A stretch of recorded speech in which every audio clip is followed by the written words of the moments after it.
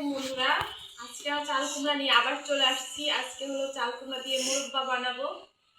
তো ভিডিওটা দেখতে হলে আমাদের সাথেই থাকুন, কিভাবে মোরব্বা বানায়। তো ভিডিওটা দেখলে শিখতে পারবেন। অনেকে অনেকভাবে বানায়, কিন্তু আমি যেভাবে বানাই আমি আপনাদের সাথে সেভাবেই শেয়ার করব। প্রথমে চাল কুমড়াটা ভালো মতন কেটে নিতে হবে। কিটা হলো অনেক ভারী রে।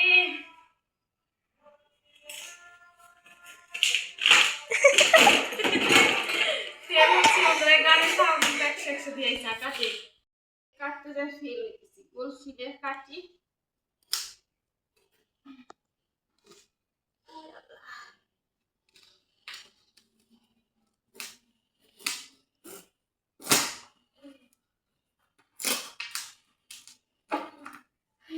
চাল কুমড়াটা ফ্রেশ আছে, একদম টাটকা।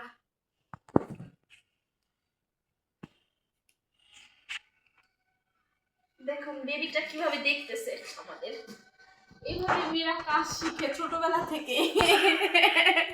মা খালারা কি করে সেগুলো দেখতে দেখতে কাজ শিখে, মনোযোগ দিয়ে দেখতে দেখতে।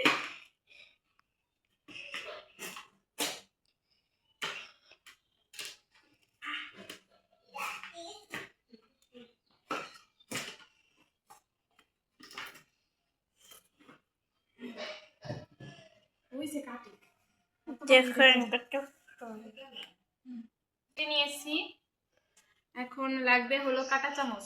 কাঁটা চামচ দিয়ে এভাবে কাটাবো। এখানে নিয়ে আসো, দেখাও। এভাবে এভাবে কাটাবো। এই কাঁটা চামচ দিয়েও করা যায়, আবার অনেকে খেজুরের কাঁটা দিয়ে করে। যে যেভাবে কমফোর্টেবল বোধ করে সেভাবে। কাঁটা চামচ দিয়ে সহজ হয়। এইভাবে সবগুলো চাল কুমড়া কাঁচাই নিব। কাঁচাই নেওয়ার পর লবণ পানি দিয়ে বা চুন দিয়ে ভিজিয়ে রাখতে হবে।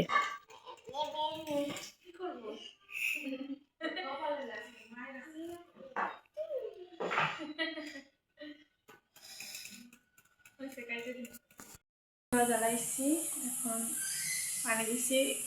এই চাল কুমড়াগুলো ঢেলে দেবো। চাল কুমড়াগুলো কত সুন্দর দেখা যাচ্ছে, দেখুন, একদম সাদা দবদবা। এখন এর ভিতরে চিনি দিয়ে দিব। চিনি দিয়ে দিয়েছি। ঘির উপর দেওয়ার আগে আমি চাল কুমড়াগুলোকে একটু সিদ্ধ করে পানি ঝরিয়ে নিয়েছিলাম।